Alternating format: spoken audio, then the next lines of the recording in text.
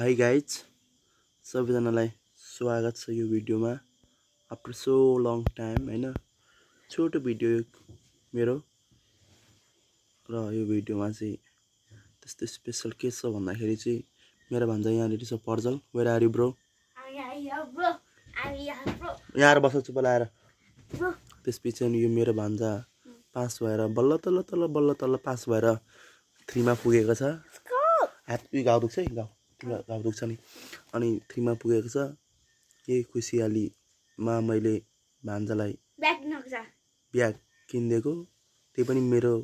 रहरले होइन यसको करले किनिदिएको जहिले किन्दिनु भनेर हैन र ब्याग किनिदिएको छ ब्याग पनि कस्तो छ भन्दाखेरि चाहिँ राम्रो छ ब्याग त क्वालिटी चाहिँ राम्रो छ बट मोटो पातो डिजाइन वाला ब्याग हो यो कालो छ पोरे देखो त यहाँ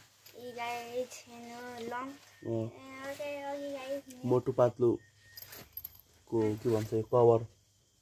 स्टिकर प्रिन्ट गरेको ब्याग हो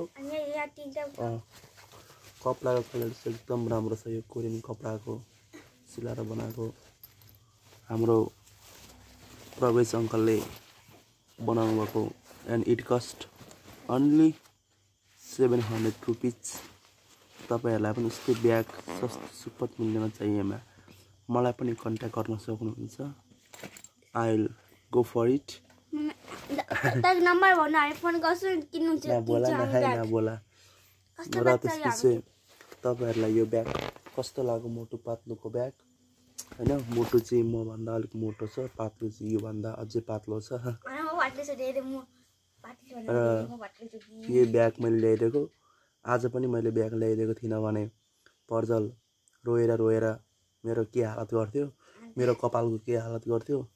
धन्न मैले ल्याइदिए आज so that my hair is safe for today but not from tomorrow what will happen I don't know यो मान्छे लास्टै फोटो छ नि त त्यसपछि आजको भिडियो यति नै हो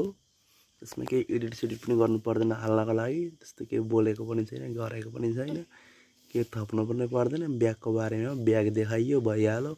अन्तिमसम्म हेर्नुभयो धेरै धेरै धन्यवाद सबैलाई फेरि एकपटक ब्याग हेर्नु होला यहाँनिर चाहिँ ब्याग वाओ मोटु और पातलो कि चौडी